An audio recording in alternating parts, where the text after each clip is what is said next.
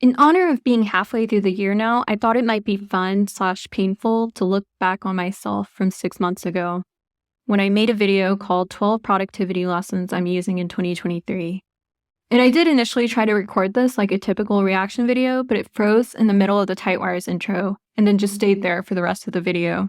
So I had to start over, and I decided to use my animated alter ego the second time around. We're going to take it one lesson at a time. I'll tell you what I think of each lesson 6 months later, whether I'm still using it, or I've had to adapt it, or, most embarrassingly of all, I've completely forgotten about it. Let's get started. Hi friends! Happy January and happy 2023. Today I'm going to be sharing some lessons I've learned recently that I hope to continue implementing in the new year that I think might be useful for you to consider if you're also trying to set goals or just curious to see the absolutely unhinged way I go about it now that I'm out of the MFA and searching for ways to keep writing while no longer having that institutional structure and support.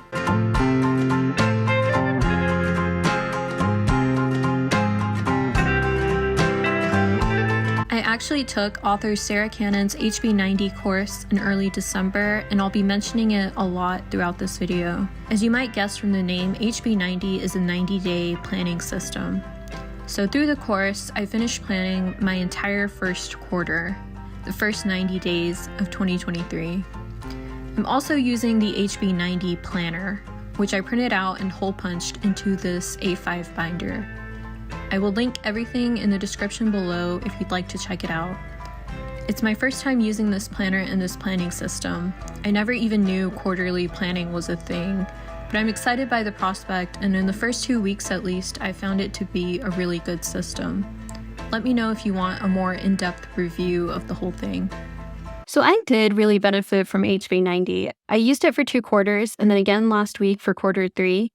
I'm still printing out the paper planner and putting it in an A5. I did that all 3 times, but I'm not using the same A5 binder anymore. I switched to better paper this last quarter, and it no longer fits in those binders, so I've had to switch to a leather day designer, which honestly I prefer over the typical Amazon A5 binders. I haven't hit any of my goals yet, but that's okay because HB90 is less about meeting goals and more about completing tasks that eventually lead to hitting goals. One thing I did change up slightly, not long after I made this video, is that I stopped using sticky notes for my tasks. I tried it for a couple weeks, but it was a little messy. I kept having them fall off my board, and I still randomly find them all over my apartment, which is a lot more ominous than it sounds. It's like I'm being haunted by my goals. But once I started listing them in Notion, it didn't really make sense to also put them on sticky notes. Notion lets me quickly rearrange them and add to them as I need to. And it keeps an easy record of everything I've accomplished over time in a way that I just don't see how to do with sticky notes. So I don't think I'll use sticky notes for that ever again. A quick disclaimer, I do think that there are seasons of life when you might be going through something where it's totally okay not to want to be productive.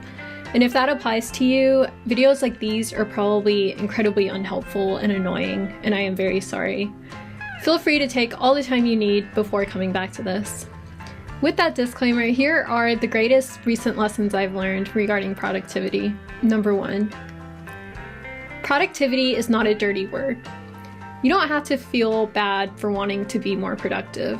I have seen so many people in the past few months come out against the very idea of productivity and criticize hustle culture, and I do think that there's some merit to those arguments. I do. I think productivity for the sake of productivity can be dangerous. And I am guilty of that, but I do believe that it's important to rest and recover and check in with yourself periodically, and I will get into that later. That being said, if you're like me and you found that being busy and productive keeps you happy, don't let anyone make you feel bad about that. I do still really enjoy planning, if I'm being honest, but I have definitely found that it's very easy to find yourself procrastinating by planning. I think I've heard it called procrastiplanning or something. But yeah, and my obsession with Notion is partly to blame. I've definitely found myself forgoing tasks that I know I need to do in favor of making new systems and dashboards in Notion. Earlier this week, I spent something like 4 hours setting up a novel dashboard instead of working on novel revisions. And I think I always manage to convince myself that spending that time in the present will save me time later, but who's to say if that's actually the case? So I try to limit my time on Notion to certain days of the week and certain times of the day.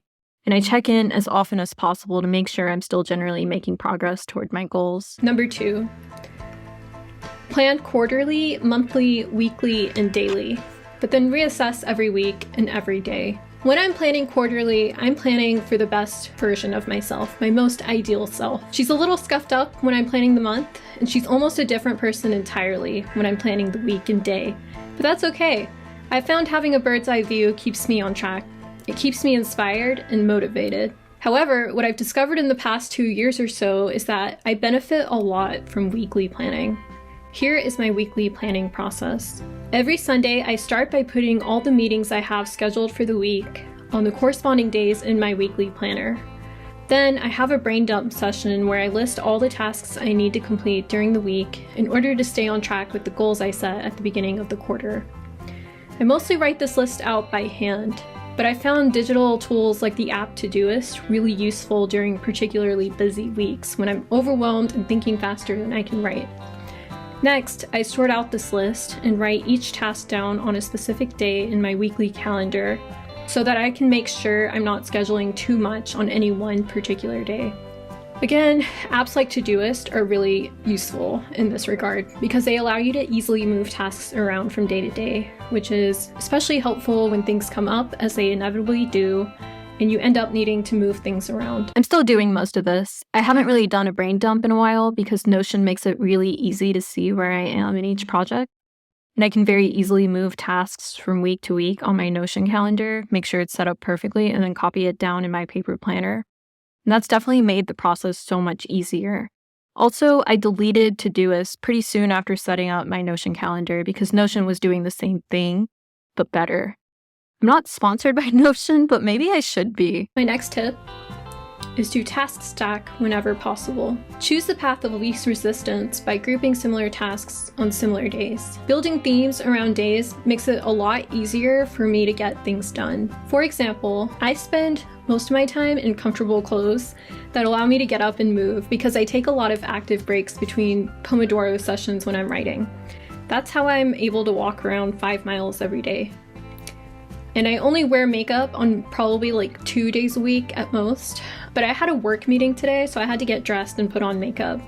Because I knew I would need to do those things today, I decided to also make it a filming day. If you choose the path of least resistance, you're more likely to achieve your goals. And these strategic decisions are part of why I think weekly planning is so important. I do still plan to task stack and have themed days, but it rarely works for me. It's for sure something I want to try doing more often moving forward because I do still think it could be useful. My next tip: reassess your plan every day and pick your top 3. So when I plan the week, I have all the tasks I want to get done. I know that 9 times out of 10, there will be tasks I don't get done because I tend to overplan and I'm okay with that. I'm working on being okay with that. However, every single day, and usually the night before, I list the top 3 things I have to get done in order to consider it a successful day, even if nothing else on the list gets done. I've heard people refer to these as non-negotiables. Every day I complete my top 3, I give myself a gold star in my planner. I love gold stars. How do I decide which tasks I complete every day? This is where I know I'm going to sound unhinged. And it's completely new, like I just decided to start doing it this month in conjunction with HB90, so it might fall completely apart. Check in with me in about 6 months. Anyway, I have 5 main areas that I focus on. 3 are goals that I set through HB90. Number 1 involves novel-length projects. Number 2 is YouTube. And number 3 is short fiction and poetry. And then I also focus on fitness and freelancing. Every day I challenge myself to complete at least one thing, no matter how minuscule, in at least 2 of those areas. And I try not to skip any of them 2 days in a row. That way I know I'm making forward momentum in all of them, even if it is incremental. But I also challenge myself to complete all my scheduled tasks in at least one of the areas every day. Most days for me, this has meant hitting my fitness goals. Usually 75 minutes of working out, which is totally fine by me because I have a secret. I spend a good 30 to 45 of those 75 minutes doing additional things. I definitely don't do all that anymore. That sounds incredibly intense. I do love the gold star idea. I love gold stars, and I do still often try to do my top 3 things every day. So I might start rewarding myself with gold stars again, but the rest of it sounds like a great way to burn out, which maybe explains why I felt kind of burnt out in January and February. I think I hardly ever complete all my scheduled tasks in one area on any given day, and maybe that's why I haven't hit my goals yet. Honestly, it does sound intriguing. I wouldn't mind trying again, but maybe just finding a way to be more flexible with it. Like maybe only forcing myself to do it 4 days a week instead of 7. And that brings me to my next tip, which is one that I'm sure you've heard numerous times. I'm not sure who came up with it, but I know it was mentioned in the book Atomic Habits, and I know TikTok loves it. Habit stack whenever possible. There's a lot of things that I wish I had more time for. What I suspected from the past year, and what I confirmed using the timular, is that it isn't that I don't have the time, it's that I don't always make the time. One thing that has worked very well for me in the past year is to pair things that I love to do but that feel like I'm wasting time with things that are good for me and that I want to do more of. For example, I waste a lot of time watching TV and scrolling through social media. So on weekdays, I force myself to get up and walk anytime I'm watching TV or scrolling through social media. I also habit stack by pairing difficult tasks together. For example, I want to read more. I know as a writer in particular, it's important to be well read, but I also think reading just makes you a better person in general. So I'll walk and read for half an hour almost every single day, including on weekends. I still do this, and I love doing this. In particular, scrolling through social media and watching reality TV and or YouTube are 2 things that I can spend literal hours on every day. So I do love forcing myself to walk while I do them so that I get something healthy from it. However, I did find that I was still wasting a lot of time that I didn't even notice on social media, even more so now that Threads is out. Because anytime I was just sitting at my desk thinking through something, I'd pick up my phone and scroll for a bit, which was incredibly unhealthy. So a few months ago, I don't remember exactly when, I started trying to build a new downtime habit. Actually, this might have been what I used to replace the gold stars. I set up a downtime schedule in my phone, which blocks all social media from 6 a.m. to 5 p.m. every single day. And in the beginning, I told myself that if I happened to finish my top 3 tasks before 5 p.m., I could turn it off early as a reward. But what I discovered very quickly is that my brain really enjoys downtime. Even if I do complete the top 3, I usually just want to keep going. And it doesn't really bother me not to have social media until after 5. The cool thing about downtime is that if you really want to check, you can do it in 15-minute increments. You can open the app and it'll give you the option to first have 1 minute, which I often use in the mornings if I happen to sleep past 6. And then after you've used up the 1 minute, you get a 15-minute option every time you click. So I'll take breaks where I walk and scroll for 15 minutes. But at least I'm not mindlessly scrolling like I used to. As for the reading bit, I've sort of struggled to read this year. I'm not reading nearly as much as I'd like to be. However, I have recently become a big fan of audiobooks. I started just after my trip to Seattle in March. I listened to a good bit of one during my flight, and I've returned to them periodically since.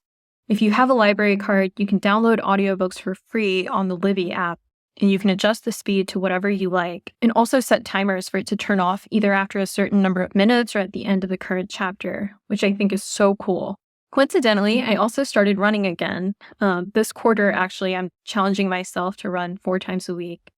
And I've discovered that I really enjoy listening to audiobooks instead of watching TV while I run. And since I started listening to them while running, I've been averaging practically a book a week. And it's made me actually look forward to running. Let's talk about buffers, which is a disgusting word, but a beautiful concept. Something I really loved about HB90 is that Sarah encourages you to start your planning by marking out any days you know you won't get any work done during the quarter. Birthdays, anniversaries, etc., etc. She also encourages you to schedule buffer weeks. So I have scheduled 3 buffer weeks this quarter, 1 buffer week a month. That way, I know that if I'm struggling to finish tasks in a week, I have that safety net, that reassurance of knowing that my plan won't fall apart completely if I take the time off. And if I'm not struggling, I get a free week that I can take off or use some other time in the quarter. But knowing me, I will most definitely be struggling. On that note, my next tip is to schedule buffer days. For me, this is usually Friday. It's a habit that I started when I was a graduate assistant. I was fortunate to have a boss who would push me to take my Fridays off to write. So I would schedule all my tasks Monday through Thursday and then use Friday as a writing and catch-up day to take care of anything that fell through the cracks during the week. Just knowing that Friday was available gave me so much peace of mind. Now that I've graduated and I work part-time as a freelancer for a communications company, in addition to running this YouTube channel and maintaining my author career, I've found 3-day weekends very useful. I use Friday and Saturday to catch up on any tasks that fell through and absolutely have to get finished before the end of the week, but that's usually only 2 or 3 maximum. And then I use Sunday as a general rest, recover, reset day, where I'll plan for the week ahead, clean my apartment and myself, and just check in with myself. However, last week I discovered that I was feeling a little burned out midweek. I had a really hard day Wednesday where I couldn't bring myself to do anything. And so when I planned this week, I chose to schedule my most difficult tasks on Monday, Tuesday, and Thursday, and I made Wednesday a sort of mini buffer day. This is one thing I really wish I'd kept in mind. For the past few months, I've been planning to work Monday through Saturday, and then I've been using Sunday as my buffer day. Eventually, I do want to get to a point where both Saturday and Sunday and maybe even Wednesday are buffer days. That is the dream. That brings me to my next tip. Be intentional about rest. This is a lesson I'm still learning, and I get it wrong a lot. It's important to schedule rest days because if you don't, your body will do it for you, but it won't be as beneficial or as enjoyable that way. Last Wednesday, I knew by about midday that I wasn't going to be getting any work done. And instead of accepting that and allowing myself the time off, I spent the rest of the day stressing over the fact that I wasn't getting work done and trying to bring myself to work. If I had just cut my losses and told myself I was taking the day off, I probably would have fared better in the long term, mentally and emotionally. I would have gotten to take a break, and I probably would have come back stronger on Thursday. But because I didn't get any work done Wednesday, and I ended up needing to take Thursday off too. So I lost 2 days. And even though I did end up working on Friday, I didn't achieve all my week-end goals. I'm still really bad at doing this. I think I've yet to ever schedule a full rest day. It literally makes me anxious to think about doing that, but I'd love to attempt to change it moving forward. 80% is better than 100%. This is a lesson that's nearly 3 decades in the making because I've spent my entire life shooting for 100%. I was valedictorian of my high school class, not because I was the best student, but because I was probably just the most stubborn in the pursuit of obtaining that 100%. And I did have to sacrifice a lot because of that stubbornness. I wish I had spent that time working on my creative writing instead. In college, again, there was a time that I was triple majoring in the honors college. I did eventually drop a major and quit the college newspaper so that I would have more time to focus on completing my novel and applying to MFA programs. And I'm so glad I did that, but I probably could have done it better. Honestly, I'd completely forgotten about this, but I still think it's valuable to remember. I need to make a sign or wallpaper or something for my office that says 80% is better than 100%. A somewhat related thing I've learned in recent years, and why I think 80% is better than 100%, is that reps are more important than polishes. It's so important to finish things, but it's not as important to polish them to perfection. I spent 2016 through 2021 writing and rewriting a novel over and over again, trying to get it as close to 100% as I could. And despite receiving several requests from agents, it took me nowhere. But I started my thesis in the summer of 2021 and received 4 offers of representation by the end of March 2022. I think a big part of the reason why is that in the months between my final rewrite of that first novel and before I started working on my thesis, I was working on another novel for myself as a fun side project, and that novel really helped me gain a better understanding of narrative structure and world building, but I wasn't perfecting it for anyone. I was just shooting for 80%. Reps will do more for you than polishes, and 80% is better than 100%. I love this, and it's so true. I think where I've seen the most evidence of it is actually on YouTube.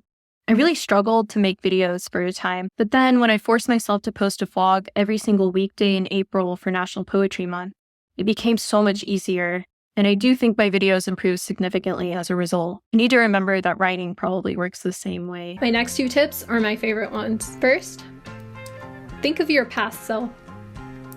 For over a year now, I've been very intentional about practicing gratitude. I try to write down every single day at least 3 things that I'm grateful for. And I never really understood why people did this until I applied a lens to it. And I found this absolutely life-changing. Every day I write down things I was grateful for today that I know my past self would have been thrilled by.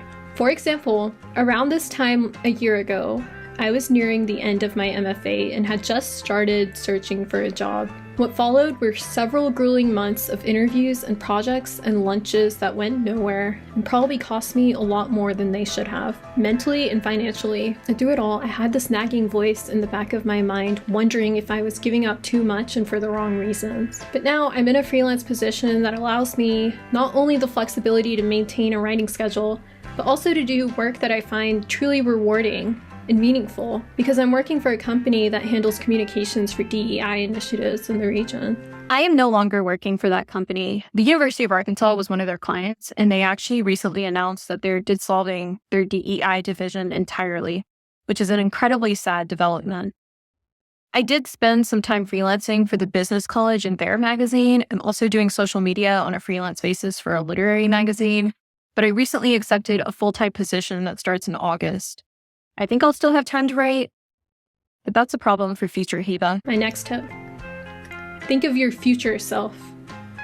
My final tip is to do at least one thing every day with my future self in mind. Things that my future self will thank me for doing. This can be so many things, like making sure the sink is clean and dishes are put away every night before I go to bed. It can mean planning the next day so that future me doesn't have to spend the time doing it. It can mean completing admin tasks that I'd rather put off just to make sure she isn't stressed about them later. Sometimes it's also deciding to go to bed at a reasonable hour or scheduling rest days. So there you have it. Those are some lessons I've learned recently that I'm hoping to apply in 2023. I hope you found something useful. If so, please let me know via the comments. Please also share any of your own tips for productivity in the new year. I'd love to hear them. Thank you for watching, and I'll talk to you again soon. I do still think of my future self all the time. Still working on establishing a bedtime and scheduling rest days. I think that'll be my focus moving forward. I hope you learned something from this video. I learned that I am very intense and need to be less intense. Thanks for watching. I'll see you next week.